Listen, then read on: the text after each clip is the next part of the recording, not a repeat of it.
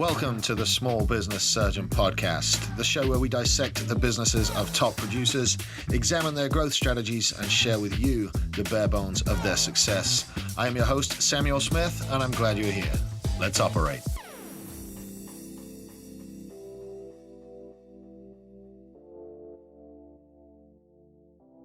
Hey guys, what's up? It is Friday Fire number 27. TFI Friday, as we like to say around here. Thank goodness it's Friday. I am Sam, the Small Business Surgeon. Welcome to the show today. It's Friday, August 6th, 2021, and good Lord, where did this year go? Where did this year go, guys? It's been such a busy year, and then I had a birthday this week. So my biggest question is, well, shit, where did my life go? Turned 41 this week, and that's having a bigger effect on me, I think, than turning 40 did, because at 40 you can still see your 30s, but at 41 they're gone, man. And the only thing on the horizon is these the rest of these 40s and your 50s, and the days are long when you live them. You know, the days are long, but the years are short, and I've heard many people older than me lament this fact and talk about it, but by God, that time it flies by. I don't feel 41. I feel like a 25-year-old kid with 16 years of experience, you know? I don't feel 41 on the inside, but then when I look in the mirror, I see the old guy staring back. I see a few wrinkles, I see a few gray hairs, and I start to wonder, where did the time go? So what I wanted to do today, guys, was to take this episode and share some of the most important things that I believe are important, that I've learned along the way, so that I can share some of this knowledge that this gray-haired 41-year-old fucking teenager seems to have acquired along the way. So I do want to just say that, as always, there's no fee for the show. I don't charge anything for this. I don't run adverts or commercials on the Small Business Surgeon. So guys, do me a favor. If you get something out of today's podcast, go ahead, take a screenshot of it, share it on your Instagram stories, share it on your social media, and just do me and everybody else a favor and help get the word out for the show. And if you're not following us on Instagram yet, we do post reels over there pretty much every day, post some good stuff on there and share other content. Run out and check out the Small Business Surgeon on Instagram. I would be forever grateful. All right, so here are some things that I learned in my 41 years that I hope that you guys find valuable, and if I can shortcut a couple of lessons for you, and if I can help you avoid some of the mistakes that I've made, then we'll call it a win, and we'll call it a good day. So I'm just going to jump right into it. There's a list of shit that I have learned. Be grateful for the things you have. That for me was a game changer, and I know some of you that listen to the show regularly have heard me go on about it before, but being grateful for the things that you have and not looking over at your neighbor and coveting the things that he's got. You know, you stop looking for happiness in other people's things. Look at all the positive things in life that you've got, and be grateful for them. And, you know, people clap back at me and say, well, there's nothing good going on in my life, you know, it's just shit. And I just get up and I go to work, and I'm like, no, you've got to stop and count the positive things. You got a roof over your head, you got shoes on your feet, you got a little bit of money, there's a little bit of food, you got someone maybe you wake up next to. You've got to start counting the positive things, because if you start to focus on negative, all you'll see is negative. So being grateful for the things you've had and focusing on them and not negative things has made such an immense difference in my life. And happiness is a choice. It's not a destination. You know, a lot of people say, oh, when I get this new truck, I'll be happy. Or, oh, when I get this new car, I'll be happy. Or, oh, when I get to this promotion, I'll be happy. But, like, happiness is a choice, and it's something you've got to fill up. Every single day, you've got to fill that happiness tank.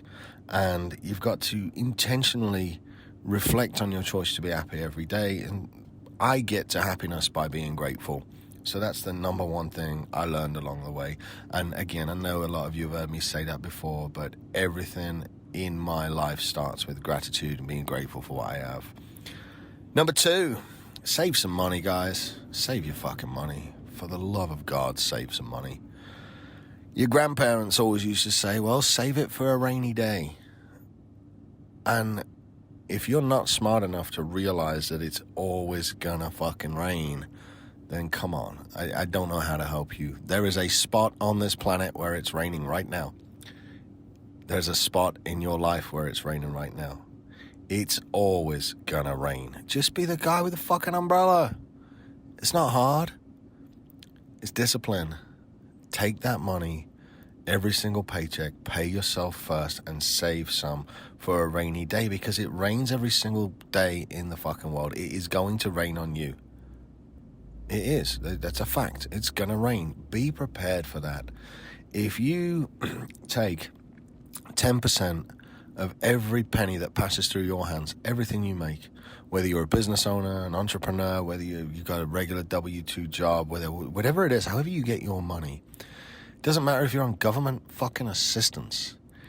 Whenever you get your money, take that 10% and set it to the side and learn to live off 90%.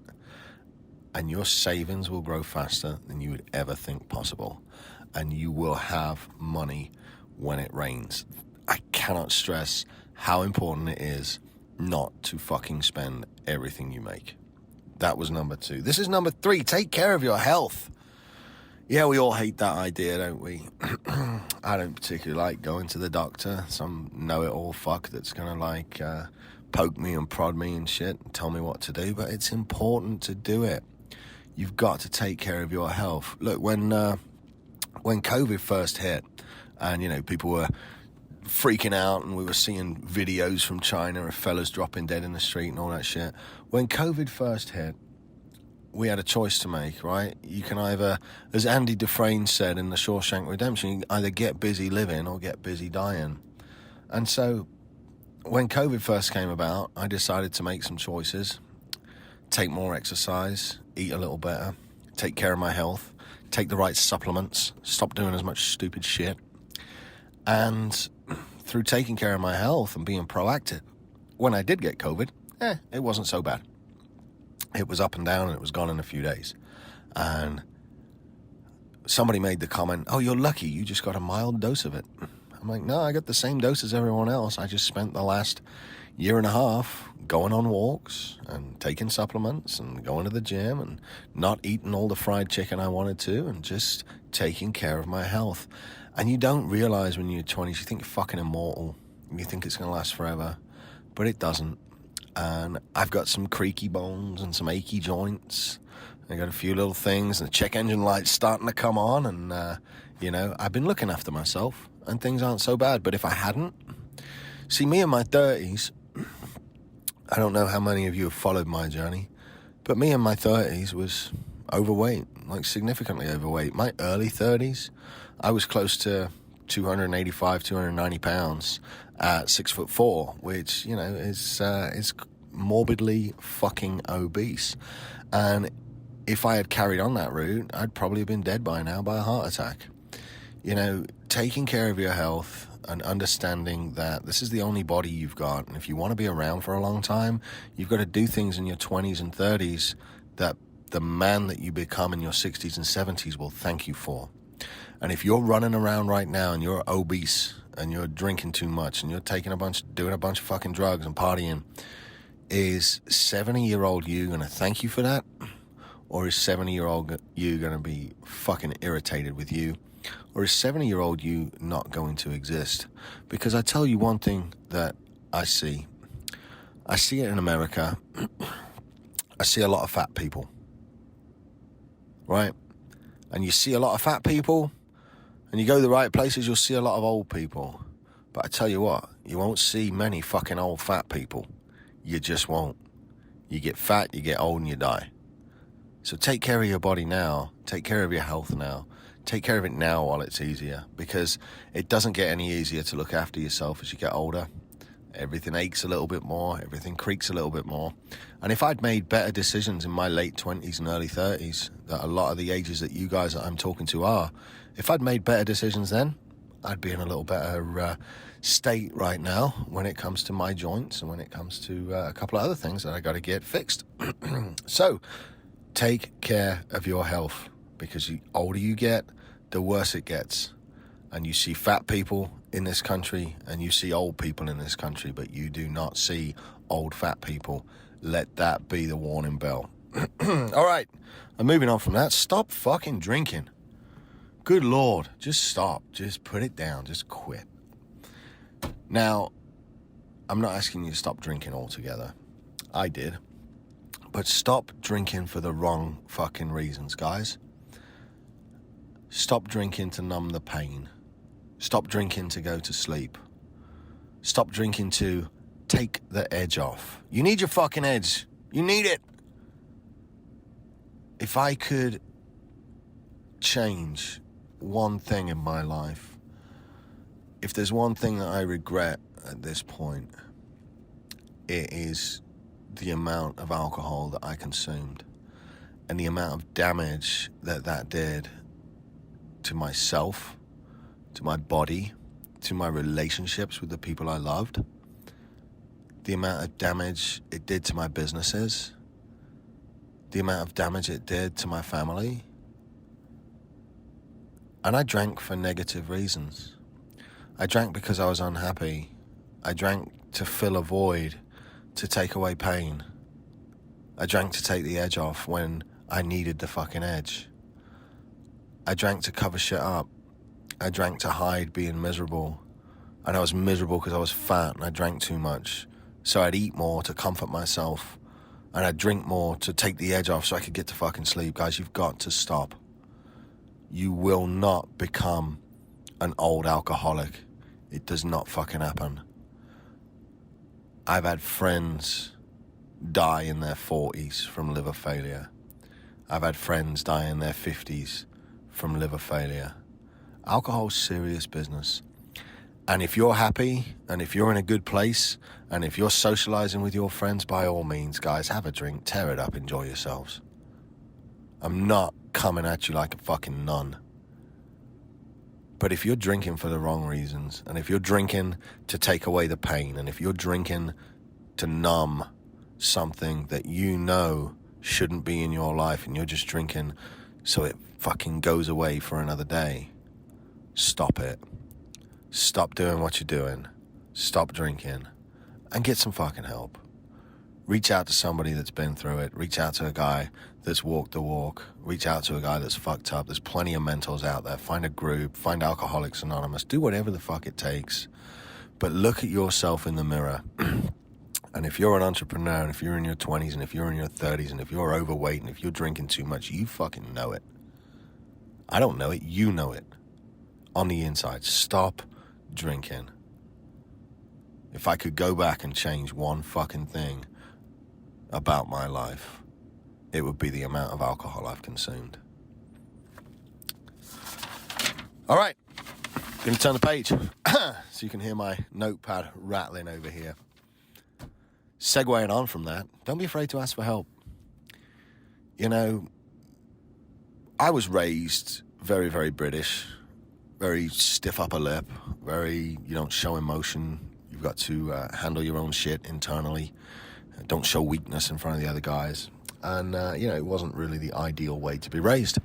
It's just the way I was brought up, because that was the way the men around me were brought up, and that was the way that the men around them were brought up. And it just, the whole stigma about asking for help.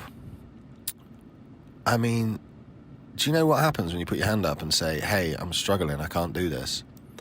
So many people out there love you, and you don't even realize it. So many people out there are watching you and watching your journey and watching your trajectory, but you don't really realize it.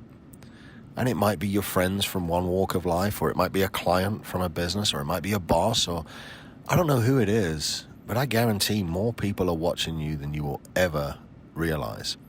And if you put your hand up and say, help, I'm struggling, you will get an overwhelming number of people reach out to you to help you. Now, the key here, the absolute key, is to follow through on the advice that the people that help you give you. Because successful people, in my experience, get an immense amount of joy, not from money, but from helping other people to succeed. And if you come in and you do the work and they get to help you succeed, it provides something to them that money can't buy. So successful people are always looking for hardworking people that they can pick up and nurture and mentor if you ask. And it took me far too long to understand this. So many times I struggled by myself because I didn't want to show weakness.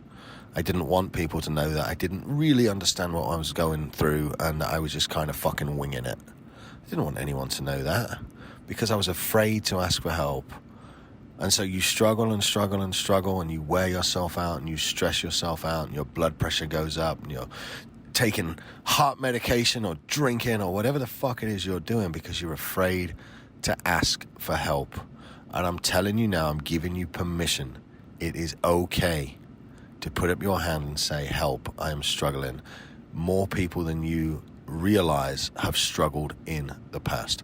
Case in point, I don't really touch on this much. In fact, I don't know that I've ever said it on the podcast. But there was a time when, before I had children, my wife miscarried our first child at right around 18, 19 weeks. And I thought it was the end of the world. I really did. And miscarriage is something that nobody ever fucking talks about. But after that miscarriage, I didn't put my hand up and ask for help. I didn't. After that miscarriage, people reached out to me and they said, hey, we lost our first baby. Hey, we had a miscarriage at 22 weeks. Hey, this has happened to us. You're not alone. Hey, we've been trying to conceive for 3 years and we've lost 4 babies. It's unbelievable how many people have lost a baby. It's unbelievable how many people struggle and how many people suffer. And when people are on the other side of the struggle, it's been 11 years since that miscarriage. I'm on the other side of it. It's okay, I can talk about it. But maybe you're 11 weeks out from a miscarriage and you can't talk about it. Maybe it still hurts. But when you put your hand up and you're struggling with something, the people that have already lived through it want to help you. So if you're struggling in business and you put your hand up and say help, somebody's going to lean out and they're going to say, hey, I've been through this, I can help you. And if you do the work, they'll keep helping you. Do not be afraid to ask for help. You will get a lot further in life living and working as part of a team or a village or a community than you will ever get just forcing shit by yourself. Ask for help. All right, number 6. Hire a mentor. Jesus. Fuck, hire a mentor. I cannot say that with enough emphasis. What mentors have done for me, as well as help when I asked for help, but what they've done for me is compress time. I am buying knowledge that would take me, or has taken me previously, years to learn. I'm buying education. I'm compressing time by using somebody else's experiences and by paying them to teach me the path that they took. And it sounds counterintuitive at first. I'm trying to make more money. Well, how do I make more money? Well, certainly not by spending $1,000 a month on somebody to mentor me. Surely, That's $1,000 a month. I've got to protect my bottom line. It doesn't work like that, guys. You see, the more you spend on education, the more valuable you become in the marketplace. So hire a mentor and compress that time and compress that learning and become great at what it is you want to do by learning lessons and surrounding yourself with people that are already great at it. The best money I have ever spent in my life has been on educating myself. And the best way I have found to educate myself is find people that do what I want to do. They're experts in the areas I want to be experts in. And I add them to my social circles, and I pay them for their time, and I pay them for their lessons, and I pay them for their wisdom, and they compress my fucking learning curve. And it's the best money I've ever spent. Hire a mentor. If you're in your 20s, if you're in your 30s, I don't give a fuck if you're in your 50s. Hire somebody that is where you want to go and pay them to show you how to get there. All right, number 7. I'm going to get all hippie on you for a minute. Love freely. Don't be stingy with it. And be quick to forgive. Life's too fucking short for grudges. It's too short to hold on to that shit. It's too short to be angry with people. I've been taken over the years for fucking hundreds of thousands of dollars from people that I've trusted and that have lied and that have cheated and that have embezzled and that have flat out defrauded. There's only really been a few big occasions, but it's added up. And if I sat here right now and I listed off everybody that had fucking robbed from me or everybody that had done me wrong, and if I had a list of people that I was going to kill, like the little girl off of Game of Thrones that just recites the names of the people that you've pissed off or that's pissed you off, all you become from that is pissed off and angry. There's no positivity in there. Whatever happened between you has happened. It's done. It's over. And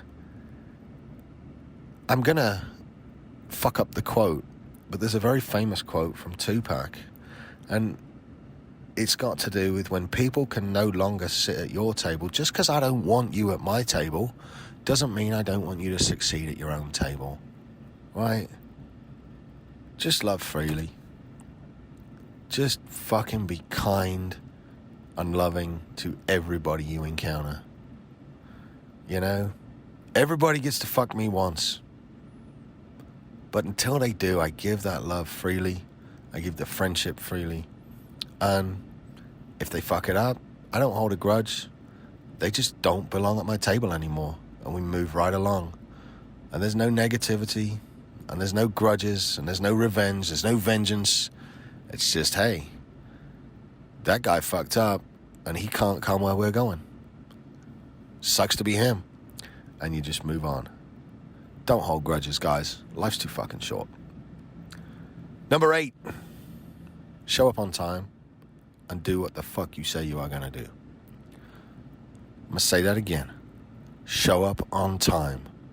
Do what you say you are going to do. Prove yourself reliable to the world. And you will become an anchor.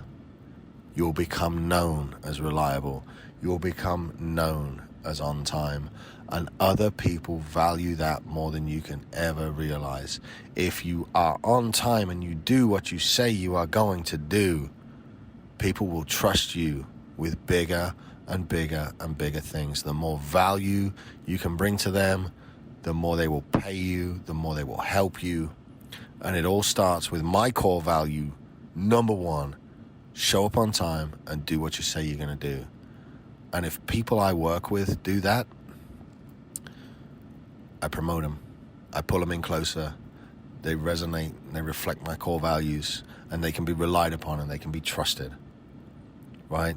So be sure to be reliable and be trustworthy, because the amount of doors just showing up on time and doing the fucking work, the amount of doors that opens will blow your mind. All right, number 9. This is it. This is the last one. We're going to wrap it up. My rundown of 41 years of running headfirst into problems. Like that guy on the jogging trail that hits a fucking spider web and is flapping his hands everywhere. That's how it's felt. 41 years of charging headfirst into shit and fixing problems and figuring out life. The last piece of advice I'm going to give you. You are going to die.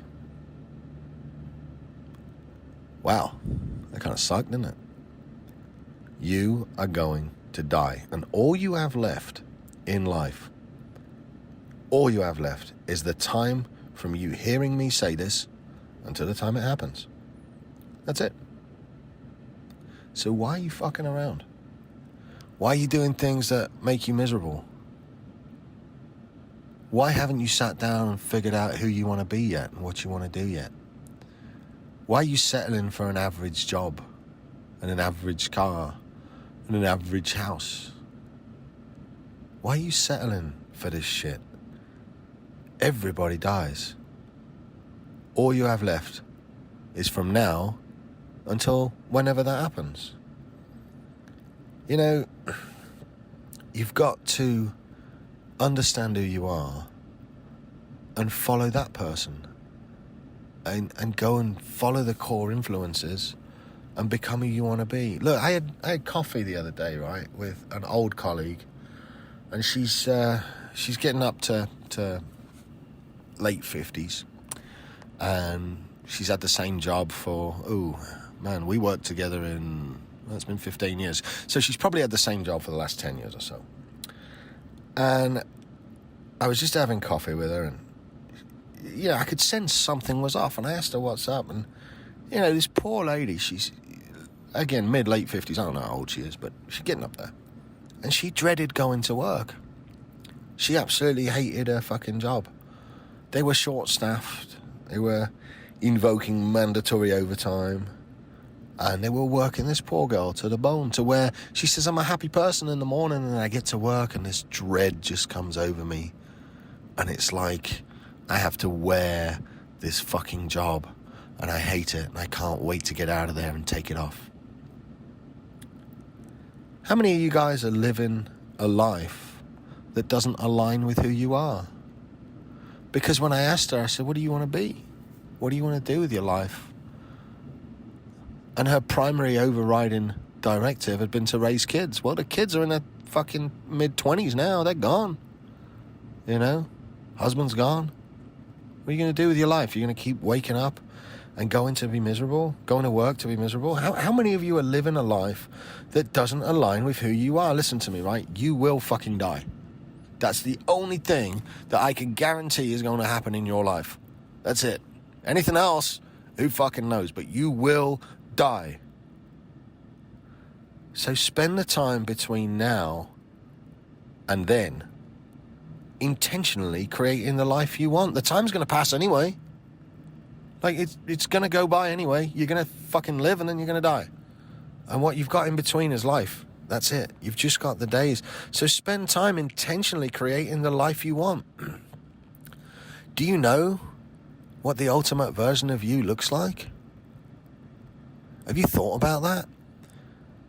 Do you know how much money the ultimate version of you has? Have you even daydreamed about it? Where does the ultimate version of you live?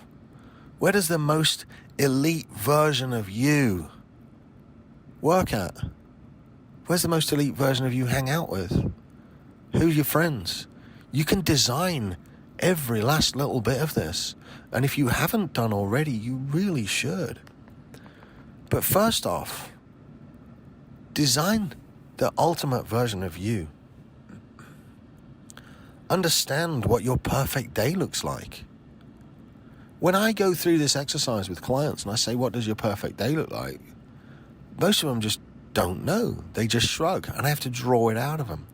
Well, what time are you going to wake up? Oh, well, 5:30. Okay, then what? Well, I'll go to work. No. Your perfect average day, you might wake up. You might have a gratitude journal. You might go drink coffee on your back porch, watch the sun come up. You might go for a walk. You might exercise. You might do a little bit of reading. Like, go take a shower, have a nice breakfast, and then go to work. You will do whatever you tell yourself to do. And for so many years, guys, I wasted my life being hungover and rolling out of bed and taking a quick fucking shower and piling out the door and getting to the office hungover at 8:30, having got out of bed at 7:52 because that was as late as I could make it. That's not living. What does your perfect day look like? What are your core influences? What is it that drives you? What is your mission? Why are you here? Take some time and go and look for the answers to those questions. Go rewire your mind and start living a life that aligns with your core influences. Start living for your passions. Because I'm 41 years old now, guys. And I'm not going to be here forever. None of us are. Time's running out. And I may live to 42 or I may live to 99. I hope it's closer to the latter, obviously. But the only thing between me and living the life that I want has been sitting down and designing it. And I'm almost there. Most mornings I have are my ideal mornings. I wake up, I write down the things I'm grateful for, I practice gratitude, drink a big ass glass of water, I take a couple of vitamins, and I head out the door and I go for a walk. And I walk for 30 or 45 minutes and I listen to podcasts and I watch the fucking sun come up. And then I get back and I take a shower. And then I run over across town, I go pick up my kids from their mom.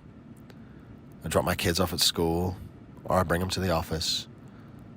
I sit and I spend time writing a social media post, and I get that up, I get that pushed out. And then I sit and I spend 20 minutes reading, and I take in some knowledge for the day, and then I drink a cup of coffee and I watch downtown wake up every day. And if that's not the fucking perfect morning, I mean, I could be on a beach doing it, but based around what I do for a living and based around the town I live in, I can't think of a more ideal way to start a day. It wasn't hard. So I've gone from hungover, rolling out of bed and getting to my office at the very last minute, to being up and about 3 hours before I get to work. And in those 3 hours, that's what I use to build my fucking day. The only thing in between you and the life you want to live is you haven't sat down and thought about what that looks like. You haven't said, I'm setting an alarm for 5:15. And you haven't said, I'm going for a walk. And you haven't said, I am going to sit and drink this coffee and watch the sun come up before I leave for work. Your perfect morning's right there. Your perfect day's right there. You just gotta go and get it. The only thing between you and the life you want is in between your fucking ears. And that is probably the most important lesson I've learned in the last 41 years. I hope that you all got something out of that. That went pretty fucking deep. That was scripted to be about 15 minutes, if that gives you any idea of how deep that went. But I hope you all got something out of it. And if you did, as always, do me a favor. Screenshot it, share it on Instagram, make it part of your stories, post it on Facebook, Twitter, Snapchat, wherever you share your stuff. Tag me at Small Business Surgeon. And if you're not following the Instagram page, go ahead and give us a follow. Leave a review on iTunes, whatever you feel like. Just help other people to find the show and let them know that there's a better way to be doing life. All right, that's it from me today. Happy fucking Friday. I hope you'll have an amazing weekend. We got a great show coming up Monday morning as well. We've got one of the greatest young salesmen I've ever had the pleasure of coming into contact with. Zach Sasser will be our guest on Monday. So you'll tune in for that. Have a fucking wonderful weekend. Don't drink too much. Don't party too hard. And I will see you guys Monday. You'll take care and stay safe. This has been the Small Business Surgeon Podcast. If you made it this far, you clearly liked it. So go on iTunes and leave us a 5-star review. This helps people find the show and spread the good word. Share it with friends and follow us at Small Business Surgeon on Facebook and Instagram. Thanks for tuning in, and we'll see you for your follow-up next week. The Small Business Surgeon was recorded at Texas Media Foundry in downtown Bryan, Texas. Check them out at txfoundry.com. Ooh, yeah.